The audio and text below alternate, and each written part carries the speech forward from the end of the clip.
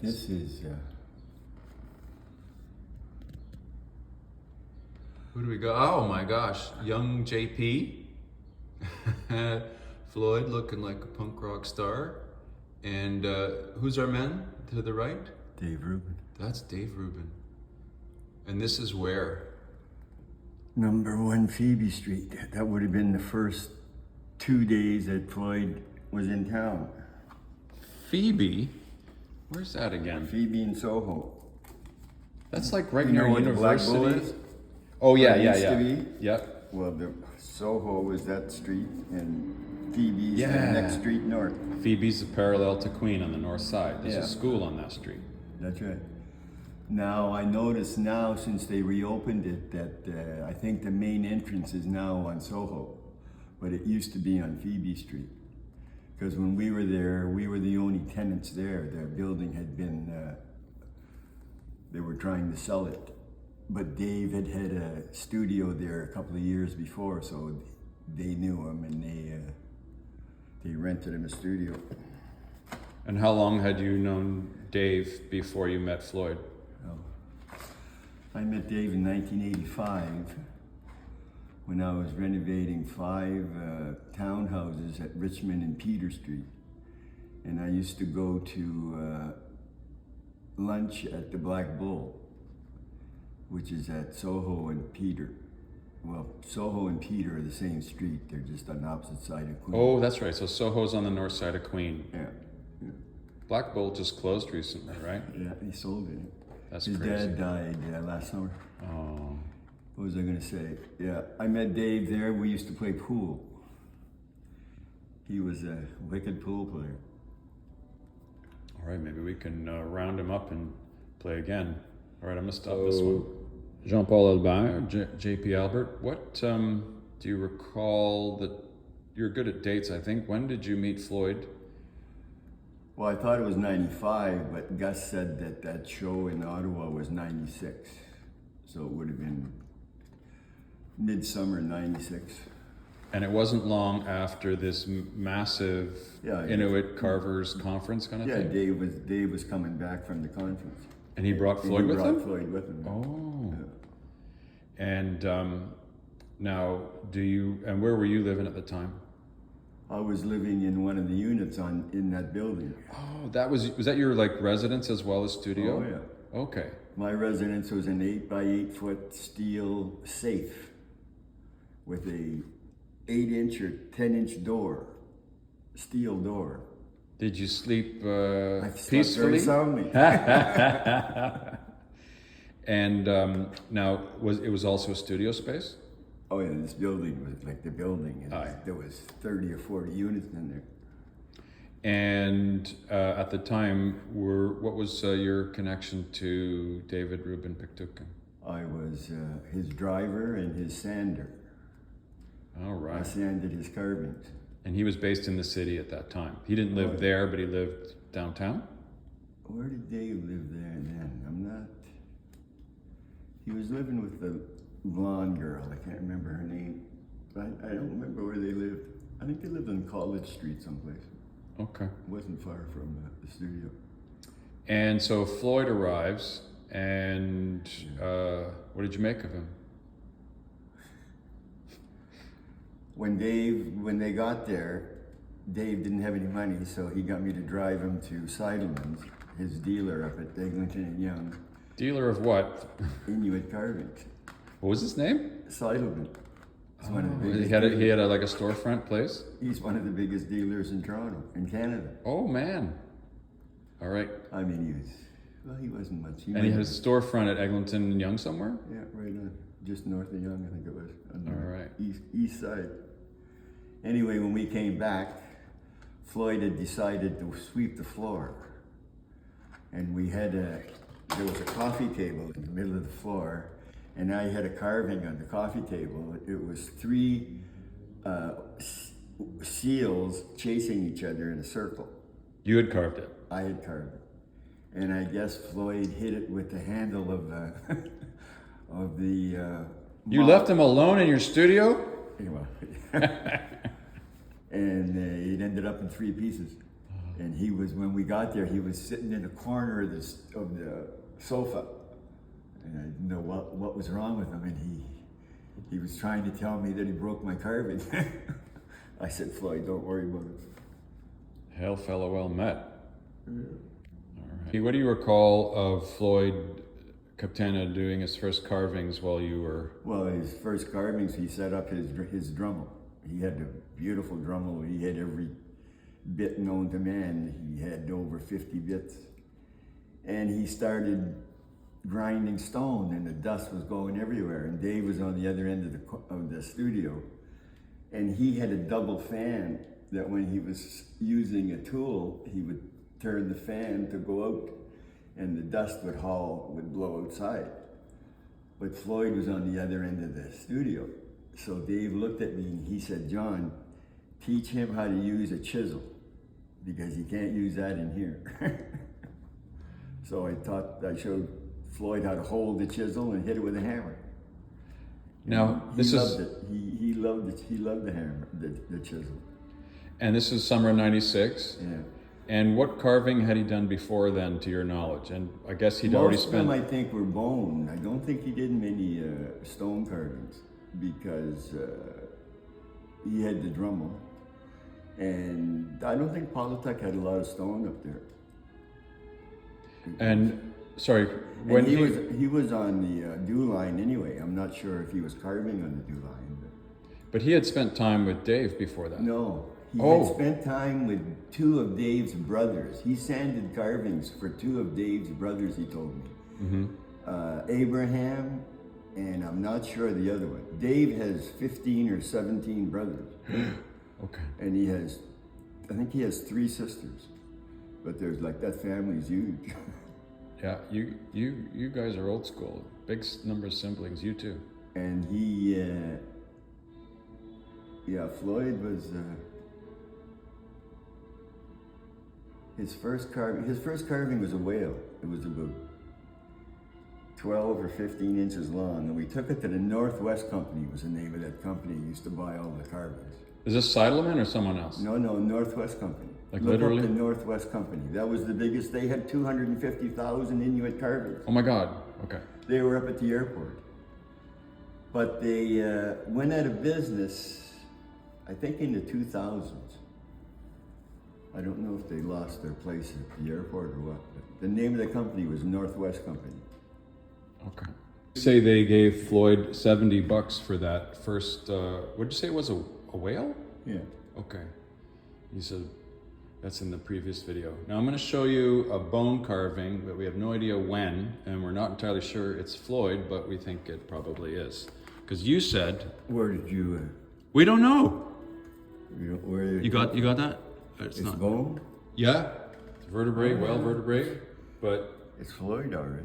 Yeah, but I've checked and we're not sure quite clear how the heck that got to us. The stand is not his, that's Deborah. Yeah. And I'll get the details on this one in a sec, but we have several bone carvings. It's not signed, of course, because it's hard to sign those, but where would he? But it has multiple faces. I'm not sure if this would be an older one. If you guys knew where you got it from, you'd be a lot better off there. Is there a chance someone would have worked with Floyd on this one, or you think maybe all his? I don't think so. No, I think that's probably it. Did he sometimes work with other people on his pieces, or did he get? He would get help if he could, right? I don't. Like he'd get help. Someone. Sanded his carvings, but he'd let you sand them. yeah, of course. And most carvers have helpers that sand the carvings. It's not. Yeah. You're not changing the form of the carving. Yeah. I would take it from 60 or 80 down to 400, and then Floyd would take it to 600, and then maybe 8 or 1,000, depending how polished you wanted the sand. So could you give us a rough general process for the carvings? A stone shows up, presumably soapstone. Floyd gets his hand on one. And what would he do? He figures out what he wants to be. If he can't figure it out, he asks me what I think, And if I see something, I'll mention it to him. Normally, he doesn't see the same thing, so. This would just be a hunk of soapstone, you know, unfinished, rough. Yeah, rough, yeah. And what would be the first tool to hit it? He would probably use a bow saw to rough cut it. And to get the rough shape that he's looking for. And what's next? Well, unless he's using Dremels, then he's using a rasp or a chisel, depending on the stone and how big it is. If it's a smaller stone, you use rasp. You don't use too many chisels on there. Floyd should use rasp on a lot of his big carvings too, because he never learned to listen to the stone. What? When you carve stone, you hear a same sound all the time. If that sound changes, then you better stop hitting that spot, because that sound is telling you that it's weak. You just weakened the stone. But I would hear it before I could say, Floyd, stop. He would hit it 2 more times, and the carving would be in pieces on the ground. And how would he react? Oh, Floyd didn't. Some carvers are upset when they break a carving after it's finished. Some carvers are upset when they break it while it's carving. When I was carving, as long as I got to see what it was finished, I didn't care what happened to it afterwards. But if it broke halfway through, then I figured I wasted my time. You wouldn't try and make something out of the remaining pieces if they were big enough? Oh yeah, you turn it. Oh, some of Floyd's best pieces came from pieces that were broken, and he worked them into something else. Is there any chance he didn't mind if they broke, and that's why he didn't stop? No, I just think he didn't understand So he broke a good number, more than the average carver, you'd say. Most carvers wouldn't do that. Well, Dave Ruben, if one of Dave's broke, Dave broke lots of carvings too. But his was so delicate, that's why he would break them. He'd just throw them up against a concrete wall someplace or smash them on the ground. He wasn't, but Floyd, he would work around he would work around the break. That's why he was, that's why he got most of his interesting carvings came from pieces that had been broken. So, Ed Drass here, and I'm in Gallery Arcturus, and the light isn't great here, but we have a couple pieces. There were more from the collection of J.P. Albert, and they have what I would call, and hopefully he'll correct me, 2 motifs together. They have the dancing bear, which is a common motif in Inuit carvings, and the shaman with a drum. And we had one there that was just sent to USA. And this one had a partner. It is probably up north of Toronto right now. JP, do you... That was the first carving that sold here. Yeah. Do you recall the other one? It was a match to this, but it was different. Do you recall how it was different? Was with the moon black or something? It should be on. Yeah, I have it in my records, but not the handy ones. This one here. Well, first I just want to ask you about this mashup, I'd call it. Would you say that Floyd is putting together 2 motifs in this series, where he's got 2 different common, we'll say, subjects for northern carvings? I don't quite understand what you mean. Well, this isn't just a shaman with a drum. This isn't just a shaman with a drum, which is, common, right? Yeah, but also it's an animal. It's not a human. Oh, I see. Yeah. And to me it says it's also kind of like, especially this one, dancing bear, or that. I mean, if you go to a regular store, you're going to see a lot of both of them, but not together. Is he mixing the 2, or? What do you mean, not together in the same show? Not together in the same piece. Like, you got dancing bears, you got shamans with a drum, but you don't have shamans with a drum. Piece. This is a different piece in this. Okay, I mean, I can't remember if I've seen them, but yeah, I'm pretty sure I've seen dancing bears before. Sure, and we've seen lots of shamans. Yeah. Did you ever see another carver put them together? I mean, maybe it's common, but I've never seen anyone other than Dave, Floyd. like, I can't remember if Dave would have done it, Oh yeah, because that would have been, we could ask him. just check. Yeah. Just look up his site. Yeah. Okay, we've got piece, we're calling this Untitled, or JP4, after Guernica. I'm not sure how to pronounce the town name, Guernica. Anyway, it is a 20 by 22.5 by 8-inch work, and you can see the elements there. And I'll do a little tour of the work, and then we'll ask JP if he recalls, what he recalls of Floyd making this piece.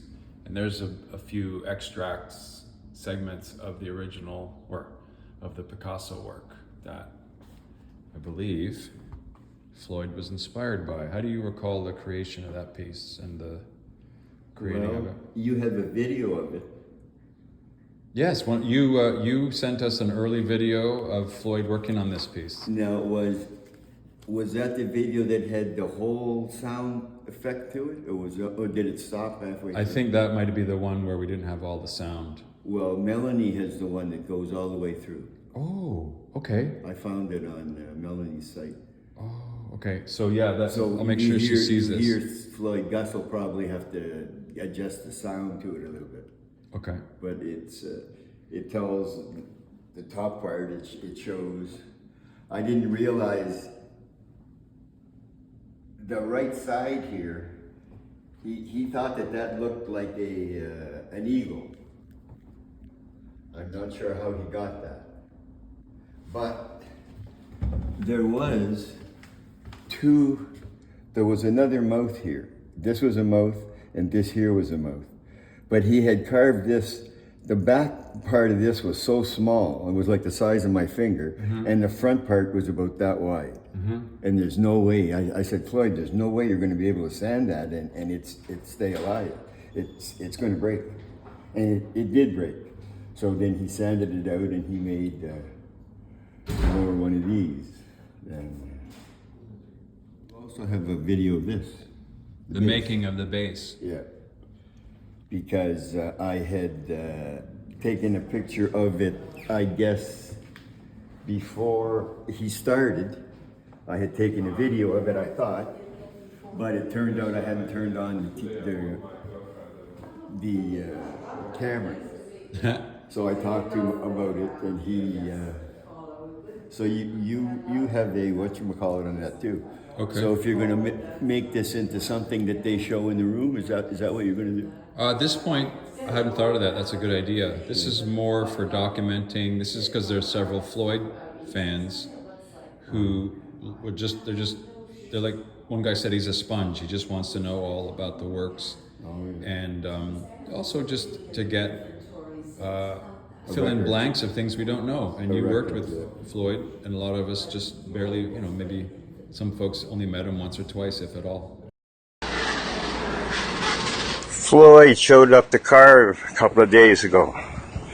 A lot of people I sold carvings to tell me that he reminds them of Picasso. Well, I'll tell you, he's doing one now, and if it survives, I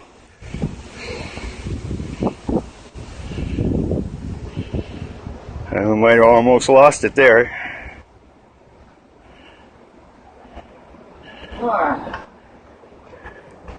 There we go, folks. This is the beginning of what could be the closest thing to... I'm not sure what it is. Floyd's tried to explain it to me, but I'm not sure he knows. But it's going to be interesting, I will say that much. What are we going to call this one, Floyd?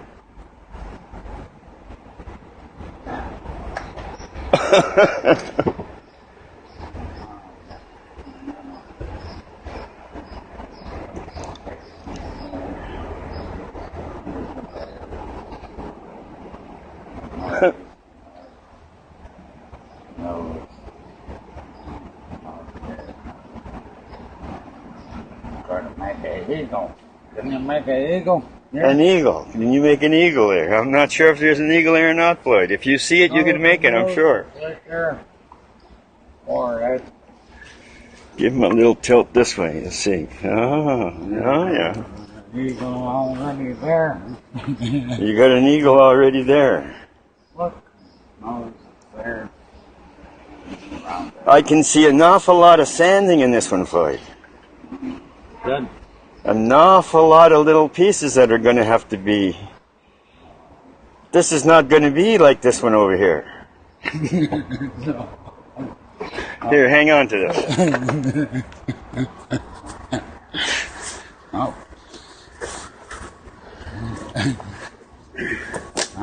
That's a nice stone. I like that. Yeah. You make it deeper in here. Oops. Make it deeper. But not right through, but deeper. Yeah. And then you got the seal on the top, which that blew me away. I couldn't figure out how you were going to get a spirit out of this guy, but you didn't do a bad job. Deeper, yeah. Yeah.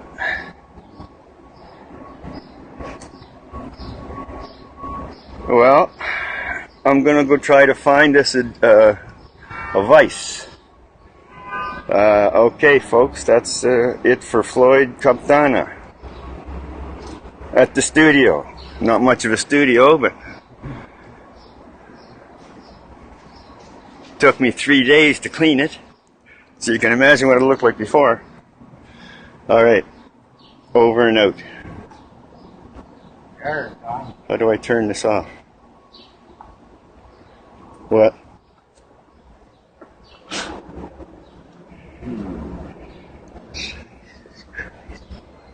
Yeah, that's a bear. Back legs. Front arm. I don't know how you're gonna. I don't know if that bear is gonna survive. No, I'm gonna use a big bit and just make it smooth. No, you have nothing to make smooth here. There's nothing there. Yeah, I wouldn't take any more power tools to this. No, I would do this by hand here. I might leave it rough yet. I'll just smooth it. Maybe leave some roughness. Right? That might be a good idea because Just leave it rough. Just clean it up with the toothbrush. this is going to be interesting. Interesting to say the least. Okay, how do I turn this thing off? Oh, remember a while ago, Floyd, when I filmed you starting this? Yeah. I hadn't turned on the camera.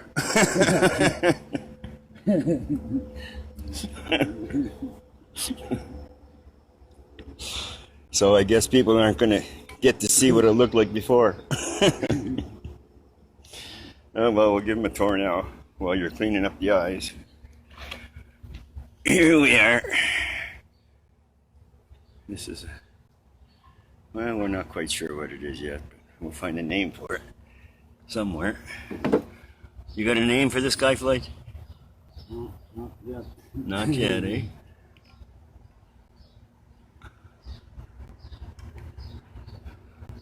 Looks good. Looks good. Could use a better photographer, but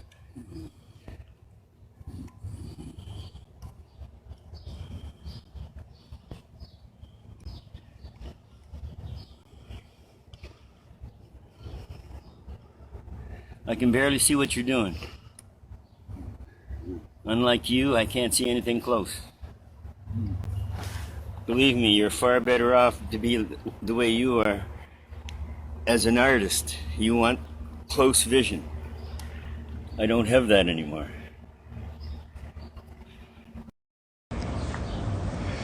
Well, here's the one Floyd started this morning.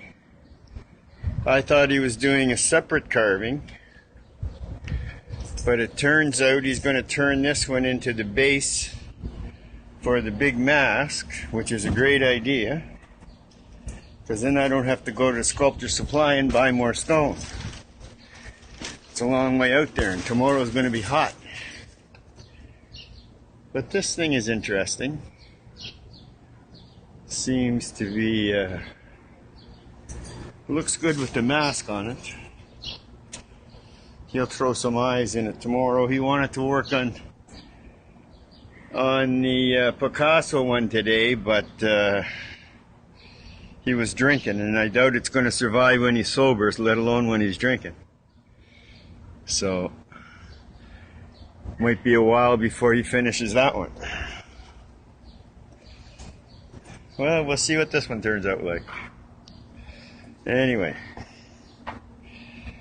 catch us all later. This is the finished product of the movie I sent earlier. I don't know where the audio on that one went, but this is Floyd's Guernica. There's Picasso's Guernica there.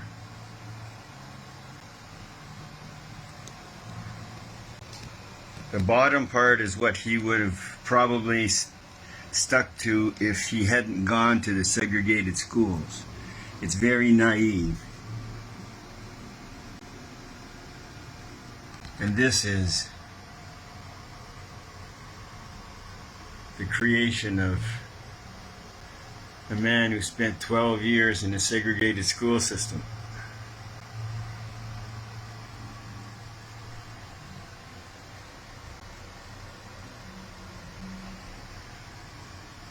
The little bear in the cage is Floyd.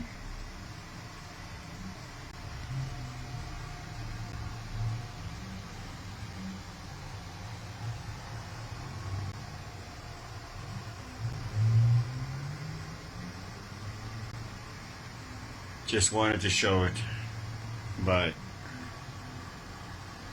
This is a copy of a painting also by Stephen Snake. Yeah. It's a different one that sold recently on auction. And was this one done before the other one? Do you know? Yes, this was done one of the first days that him and Snake met. Approximately when would that have been? That would have been in 2000 between 2000 and I moved to the Black Bull in 2003. So it would have been between 2003 and 2005. And Snake is, I think, still lives and works up in Rama First Nation, right? I'm not sure. I'm not sure where he is. Oh, so you got it. What's this book here? I haven't seen this before. This is your scrapbook of... I found, this is... Oh my gosh, I haven't seen this. Well, those are mine. It's not... That's okay. Oh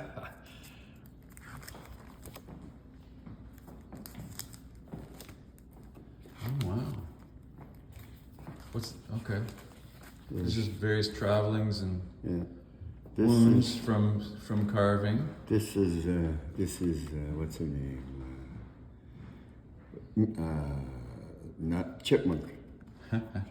Says Native girl. She was a sweetheart, but alcoholic, her and her boyfriend. This is Floyd's. I think that's the only wooden carving he ever did. Whoops. Yeah, well, we have a picture downstairs of what looked like three. It could be one of those is one of them. Okay, but there's like three very, almost like, I'm going to call them cedar, like a very orangey color. Like totem pole type thing. Yeah. And do you know if Gus has seen that folder you got there of this Maslick McLeod thing? I'm not sure. I thought I had brought it here. Looks like it slides out. Oh, these are... Oh my goodness. This is yeah, I see. Oh, this is a Norval. Yeah, this is a Norval. Okay. I wonder if you could find out if these were real or not. Yeah. Raises the question. We have a few. There's a common. There is an overlap. Some of the biggest Floyd fans are also Norval fans, and of course sensitive to issues of. Now, as far as we know, no one has ever tried to fake a Floyd sculpture except for this one Nancy Kuptana person who claimed that Floyd married her. We're not... The carving that was at Baffin, what's Baffin Arts or at on Portland Street, I think it is. oh that guy, that place, yeah. Yeah, I've never been there. yeah. I He's, think he he's got still broken there. into now. Yeah. Yeah, I think so too.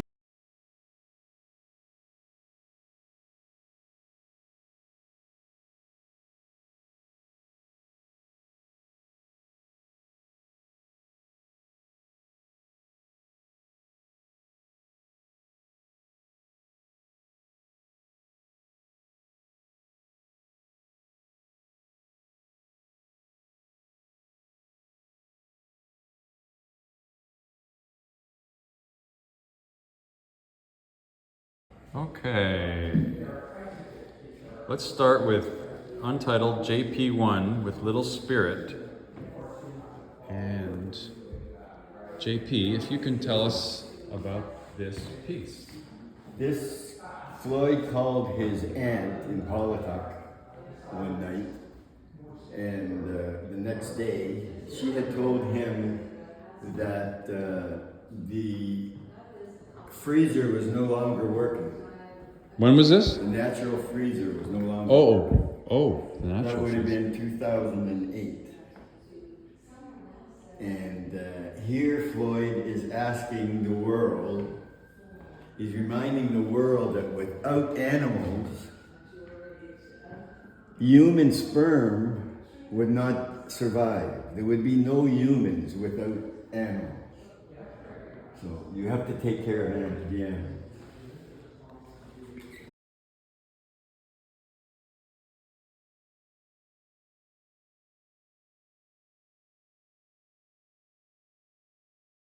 Thank you.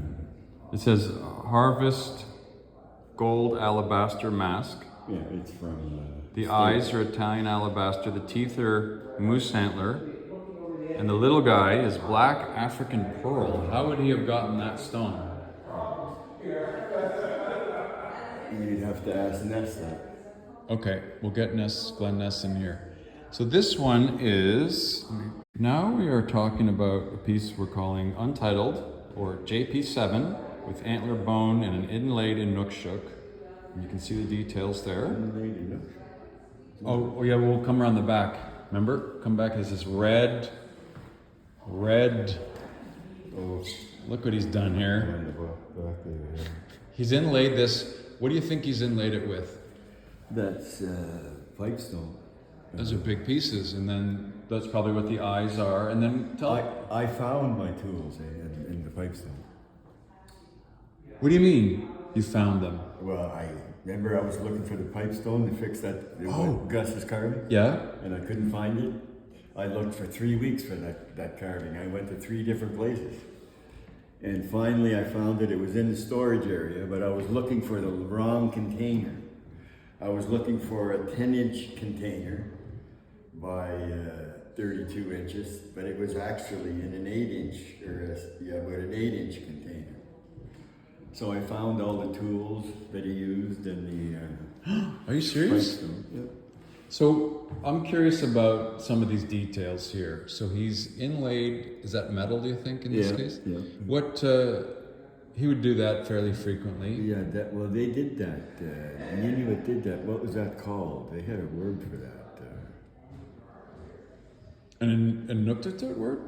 Yeah, and they used steel and they would put it in their cheeks. Oh, literally in the, yes, that's right, okay. And then these eyes, is that some kind of turquoise? Yeah, that's turquoise. Where would these smaller stones have come from? The same place as the Ness. big ones? Oh, Glen Ness again, okay. Ness had the turquoise. And the antler and bone, you think? Same thing? The antler came from the store's still there. He's at Bathurst in Queen Street. It's came from live animals. Like the antlers were all old, and the hair came from a friend of ours was a caretaker. He would clip hair from the inside of the tail of the horses, so the owners wouldn't know. And what had Floyd up in that area? Pardon? Why was Floyd up in that area? It wasn't Floyd. It was. No, but I heard a story. I guess it's wrong. Right. that he was working in a studio that was near a horse farm. No. Okay, so it's just someone who supplied the. Yeah. It was when when he first came to Toronto. Like there was Dave got his second studio after Floyd got here was at River and Queen, and where King meet. They tore it down, condominiums now.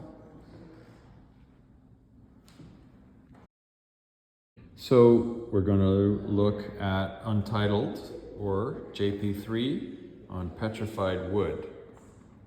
Oh.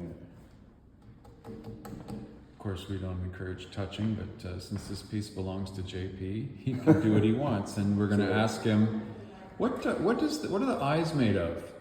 The eyes are alabaster. And he would drill a hole. Now, do you associate these holes that are drilled into the depth of some of the stone as a part of a period that Floyd, like he did that a lot, he would sometimes mark ribs or carve into the head or the abdomen, depending on the piece. Yeah. Well, this one here, this is the first one he carved that had multiple faces on it. First? Yeah. Because he asked me one day, because I was carvings with multiple faces, and he asked me how I did it. And I said, Floyd, I can only tell you what Dave Ruben told me. Dave said that the carving was there, and it would tell you what it wanted to be. So if it wanted to be multiple faces, it would be multiple faces. Now this one I particularly remember because I had sanded it down, right down to 220. 220 is Or a 240, measure. I'm sorry. 240 is a measure of a sandpaper fineness. Yeah, and I may even have taken it to 400. And then Floyd came in and he was finishing it off. And I went, I can't remember where, and I came back and half an hour later, and he had put a new mouth in here with new teeth. This was all finished, and he had put that in after it was, And it's a soapstone. Brazilian soap. Brazilian. Now, it looks like the wax didn't take a little bit on the forehead there. Like the brow looks a little dry or something. Yeah. Maybe got... Because sometimes the wax... What would they use? Paste wax. Sorry? Paste wax. Paste wax. Now, not all are paste wax. This one here actually is the spray. What's it called? I can't remember the name of it now. Okay, but a kind of wax or a kind of like a It's kind a of polish. It's a sealant. polish. Yeah, it's a polish. A polish. Okay. Yeah, yeah. Now, JP, this one doesn't look as shiny as the other two. Yeah. Why do you think that is? Is it the Probably. stone or what was used as the It sealant? would be the stone. The stone would what? Maybe absorb it? Would it absorb the wax or something? Or the... No, it's just a different shade of stone. But it's not shiny like the others. That's Oh. not just color issue. I mean, if you look, Yeah. like it's as if it's absorbed or My eyes somehow. are so bad now that I can't tell. Mm. But I'm not sure. Yeah. I'm not sure. What do you think that green stone is for that eyeball or that iris? Oh, you have to. Yeah, you can't see it so well. It's kind of a green, almost looks painted, but it's not. So he would get the little stones. You're going to use a magnifying glass or something, right? I don't know why I didn't put my cover back on.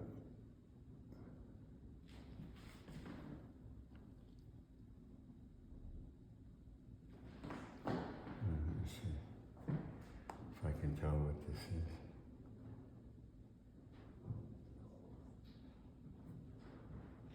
It's green. Yeah. It looks more gray to me. Yeah, it is a green-gray. It's a dull green, not bright green.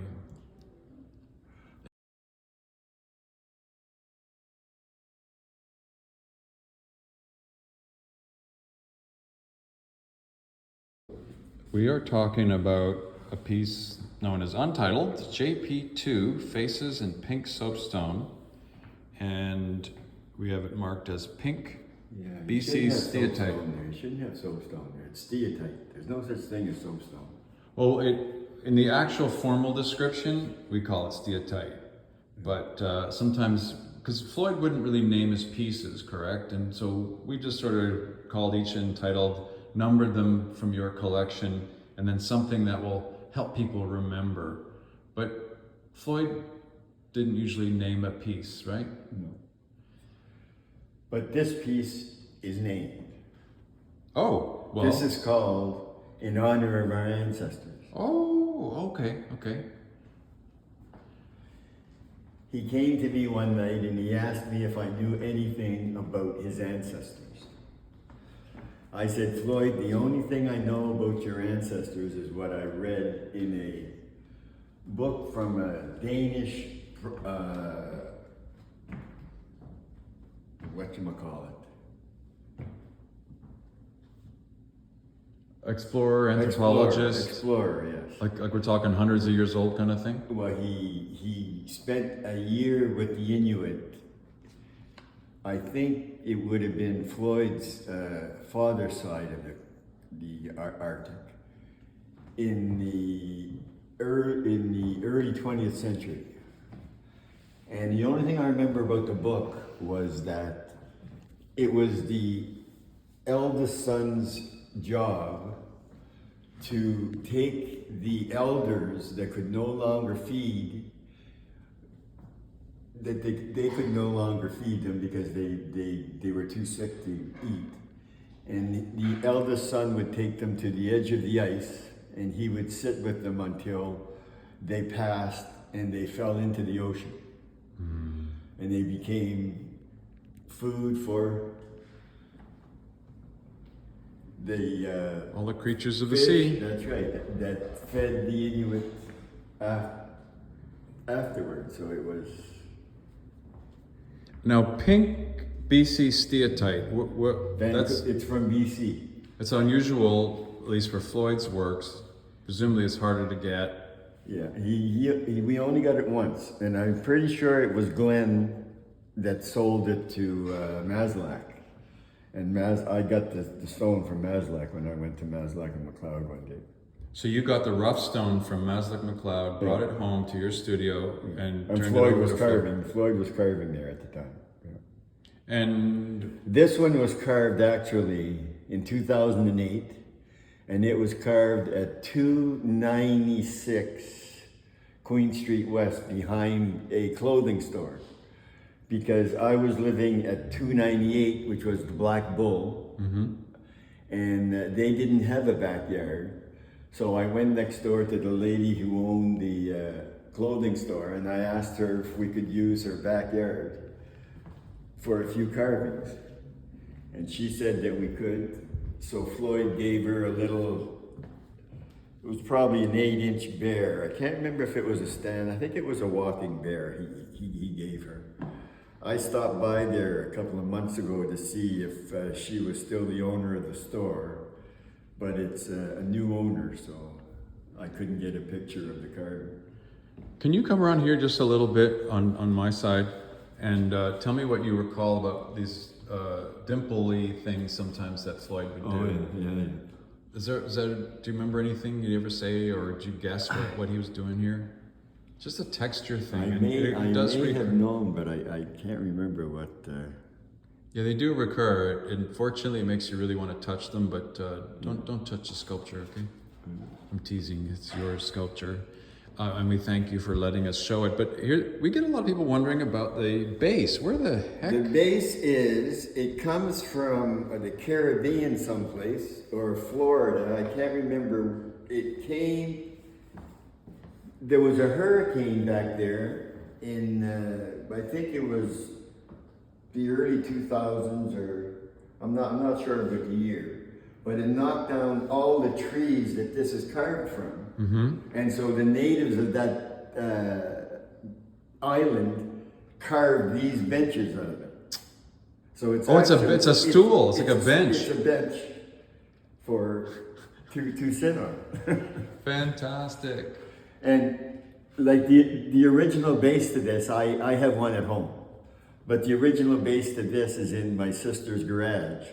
And it's a probably 24 inch by 24 inch marble, probably 40 inch high chunk of marble. White marble. Whoa. Carrera marble, as a matter of fact. But it was too heavy to put in the van when I went to get this. This spent 10 years in my sister's garage because her kids were afraid of it when they were growing up. Now her grandkids it's going to educate her grandkids now. That's because any proceeds from the sales here go to the education fund of some of your relatives. Yeah. That's great.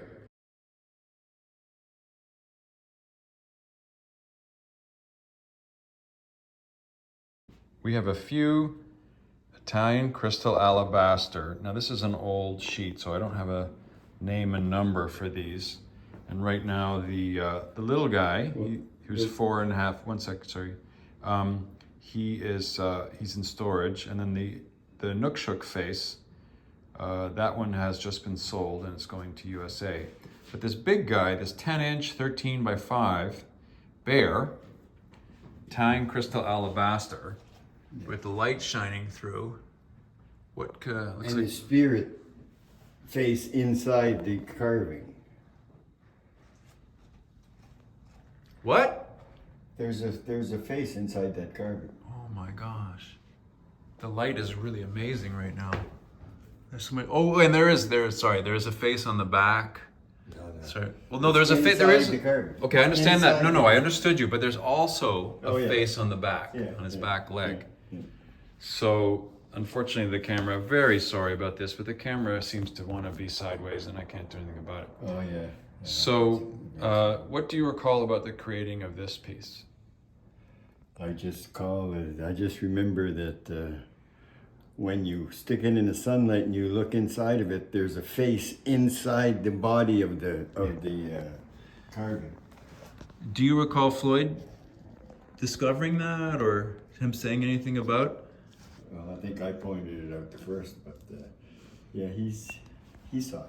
What kind would the process of carving this be any different than No, other stone for him? no, it would have been done by Drummel. He would have done that by Drummel. Now this guy here is same. Or sorry, here we go. So I have another name for this. I'm sorry, but untitled, and we'll get the number. But the base is steatite, Brazilian, and it's interesting. It has that dimple effect that Floyd liked occasionally. Yeah. What tool would he have used for that? Drummel. Drummel again. Just started popping it down each time. Yeah. And it's kind of like a beluga, but not exactly. And there's a face in the back again. The tail has a face there. Yeah. This face is actually not very detailed. And it's a pretty simple piece. But he would often create a base and have a steel or metal pipe. I have a piece of his that he was desperate to get rid of, and I didn't want that day. And it had a broken drill bit. He hadn't sanded it. It's downstairs. And actually after that, of course, I loved it. I said, this is perfectly crazy piece. And it unfortunately got broke a few times because the base he gave me wasn't appropriate. Oh yeah. Anyway, thank you, sir. Okay. We've got other Floyds in here from different time periods. These aren't, this one's not from JP's collection, but it's not waxed. Yeah, the Inukshuk just got picked up this week. Oh yeah.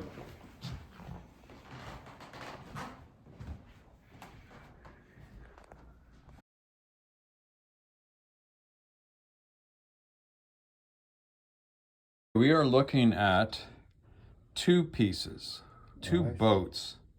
We're calling them Untitled JP5, First Kayak with Dark Bear. That's that guy. This is, Give me a sec, JP. And this one that you're on now is Untitled JP6, Second Kayak with White Bears. And you are arranging them as you recall. well, I was going to clip it back in so I could, like the clip is supposed to be. What happened to the? There's a little. What happened to the pin? Oh, okay. It's in his butt. Is it in his butt? I think so. Can you see it? Is that it there? Oh, I see. Okay. All right. Oh, better to do it this way. And again, these were made with you present, or at least at your studio. Yeah. These were made at on Strawn Avenue. The studio on Strawn Street, on Strawn Avenue, was the old ammunition storage for the original. What's the Fort York? Yeah, Fort York, Fort Louis was the original. Well, this one was old. It was the stone walls were like 3 feet thick almost. Cow. And not too far from where you're living now. no, now it's a 20-story building for people who are homeless, I guess. Oh, really? Yeah. It was owned by the government. Okay, so this is Quebec slate. Yeah. The bears are Italian crystal alabaster. Yeah. And the paddles are wood and Quebec slate. The I guess the paddle. So, but here's my question about the paddle is not wood. This is bone on this. This one is the paddle on this one is wood and moose antler. Yeah. Do they look like? I mean, they don't look like this one's straight, but like it looks like the paddle is not even. What's that? See, this paddle one is out farther than the other one, so they might not be sitting the way they're supposed to. See, there's this gap here, Yeah. and then there's no gap here, so maybe it's not sitting the way it's supposed to. Does it slide down? Not easily. No, it doesn't slide down. We'll just I leave it. wouldn't worry about it. So, and then what's this red stone? Probably what's this special stone called again? And where do you get it? The red stone? It's like that. We call it pipestone, but the original name of it is Caitlinite. Caitlinite. This is the one you can't buy. It comes from the Four Corners in the United States. It's where the 4 states meet. Near the petrified forest. I guess. Where the Hopi Dine are. Yeah, that's Navajo and Hopi. Yeah. So, and they won't sell it to you. You got to trade something. Yeah, it's not for sale. And but that's like a dried fish in there. Yeah. Like salmon or char or something. Yeah. That's so cool. And that's the alabaster. Okay, so alabaster is a hard stone, right? No, it's also harder. soft? It's harder than soapstone, but it's not hard. Okay. So, whoa, Nelly.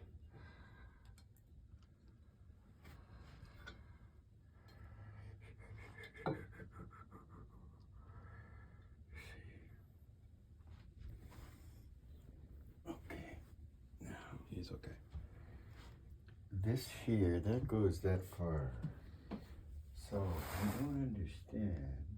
So yeah, they're apparently facing the opposite way, these two bears, which is a little unusual. You see, this here. So that's his fishing rod with a really cool fly on there. It looks like and it's solid. Solid. So yeah, it's not just one piece. So Floyd's actually made a kind of a reel. Yeah. He's got a reel in there. You see, but I thought that this faced this way for some reason. Our picture has them facing different, because if they're stopped and fishing, they're not moving. They don't have to be facing the same way. But this is like a humorous one. This is supposed to be hooked up into his bum. So he threw it, and then it caught. Oh, so they would be facing the same way. I didn't know that. Well, I'm not sure. I thought that this thing here was facing the other way. Oh, behind him. Yeah. Oh, I get you. But that's glued on there. That's so in there. Yeah. It came, as far as we know, it came like that. When you transported it here, did you have to put that back in, or did that come like that? Oh, it's been so long ago, I can't remember. Yeah, we're now in our 4th year of these being on display. Now these ones aren't on display currently. These are in art storage. But JP's trying to figure out I don't know why these aren't on in. Because they're very hard to keep safe. Now, does that reach there? Seems like almost. But not quite. Yeah, he's leaning back a lot, isn't he? This guy's leaning back. Is he leaning? That's why you think maybe it was when he cast back behind himself. Wait, I think this guy should be here. I think this one here should be here. Hi. How you doing?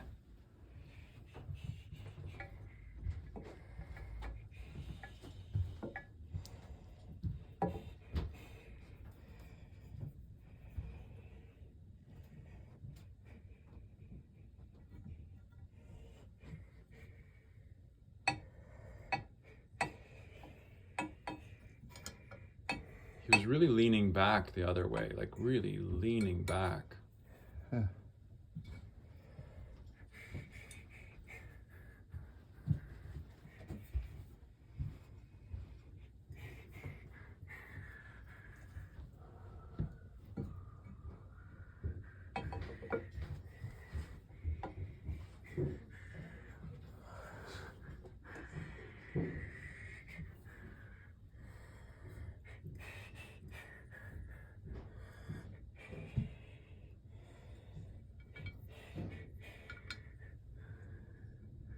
Oh, you guys might have had it right.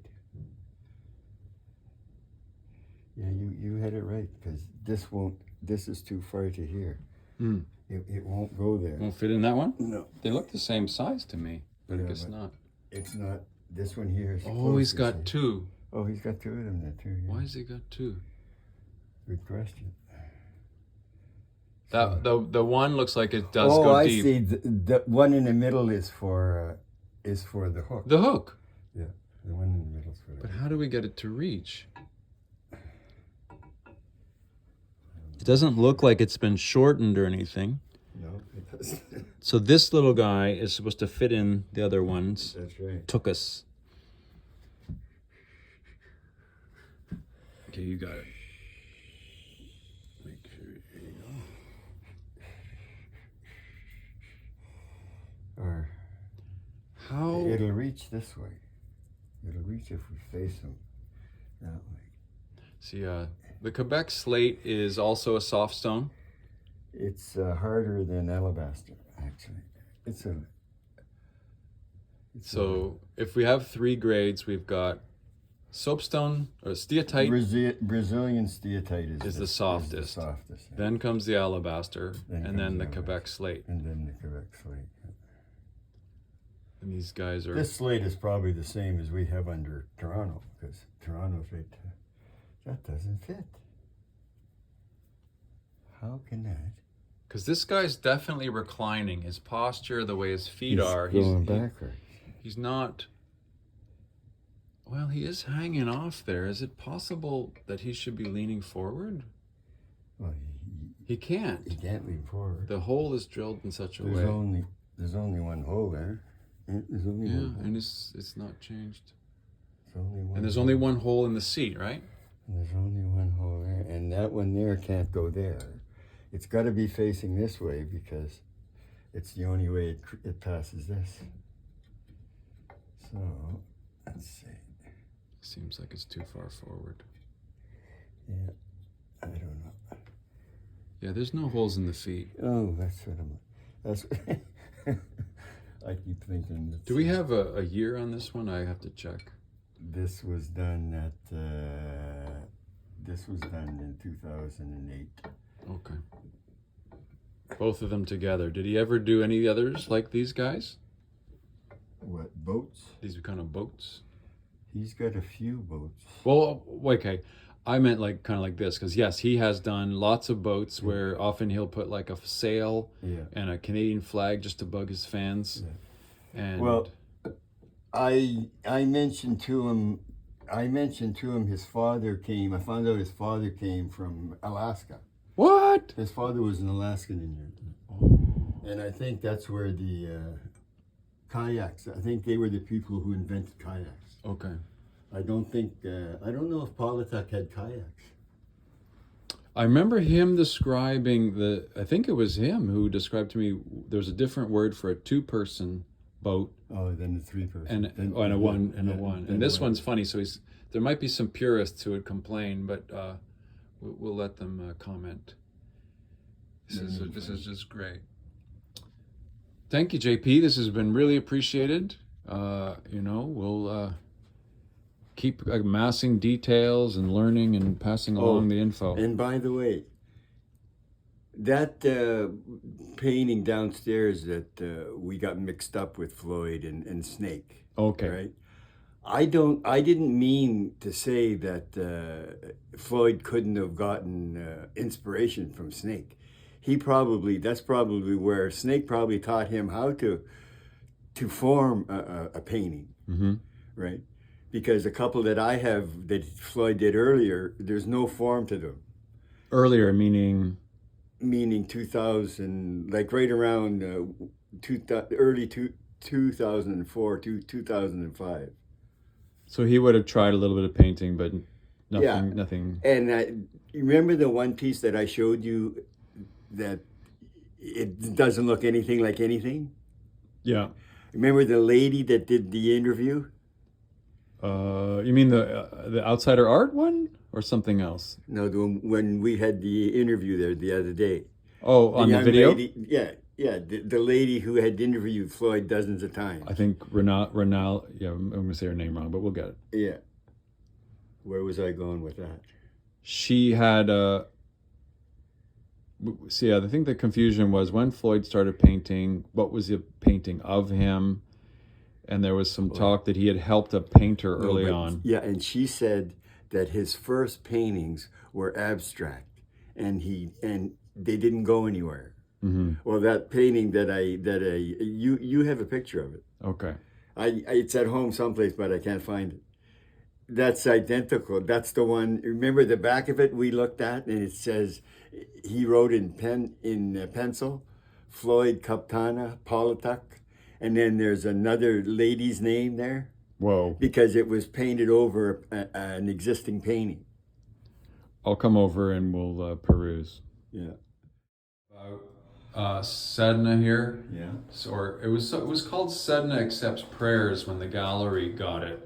But you were aware of this piece when it was made. Yes. I brought a piece to McLeod one day. Maslick McLeod Gallery used to be in Yorkville. Yeah. And he had a Sedna there that's about this big. Bigger than this piece? No. A little bit smaller. It's a little bit smaller. So Okay. that big. But the name of it was, although I never told my sister because she bought it, he had named it I remember this. The Rape of Sedna. Yeah. And I liked it, and I knew my sister would like it, so I asked what he wanted for it, and he said that he needed a walrus, or that's not a walrus, that's the big one. Sea lion. Yeah. So I said, okay. I said, I'll get Floyd to carve one. So we had that big stone, and Floyd carved this one, and we traded for the Sedna. My sister has it in Bouctouche, New Brunswick. Thank you.